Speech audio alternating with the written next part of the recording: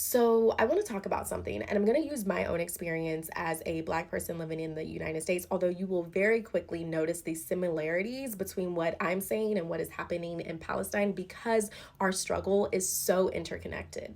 Angela Davis talks a lot about how the Black struggle for liberation here in America is a part of a larger international struggle. I want to talk about the harm of decontextualization and how to not fall victim to it. Throughout my lifetime, I have participated and witnessed several protests against the state sanctioned violence inflicted upon Black people here in America at the hands of the police. It never fails that someone will respond to the ways in which Black people choose to resist state sanctioned violence by saying, like, well, why do you have to do it this way? Why do you have to burn things down? Why do you have to loot? Why can't you be peaceful? And something that contributes to this line of thought is the way that the media in particular decontextualizes situations. When you read reports about uprisings taking place after the death of a Black person at the hands of police, it always starts with the assumption that this is a singular event in time. It infers that these protests are a response to a singular event, the death of this singular Black person.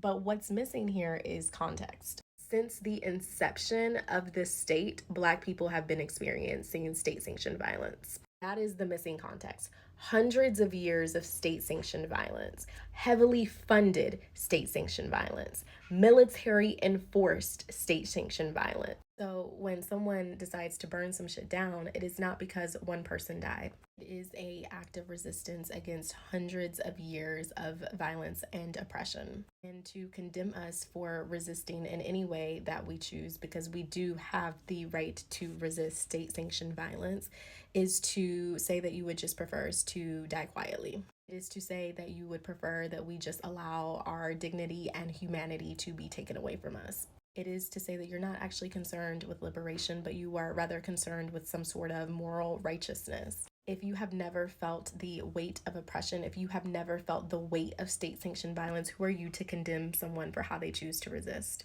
Who are you to tell them, don't do it like that because it doesn't make me feel good? It's not palatable to me. So, could we maybe do it a different way? Could we be a little more peaceful? If you truly care about peace, then you will condemn state sanctioned violence and not the ways in which people choose to resist it. And you will be cautious with using words like terrorist, because you want to know who else was called a terrorist? Martin Luther King Jr.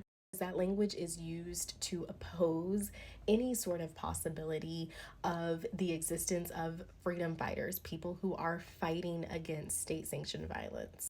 Just some food for thought.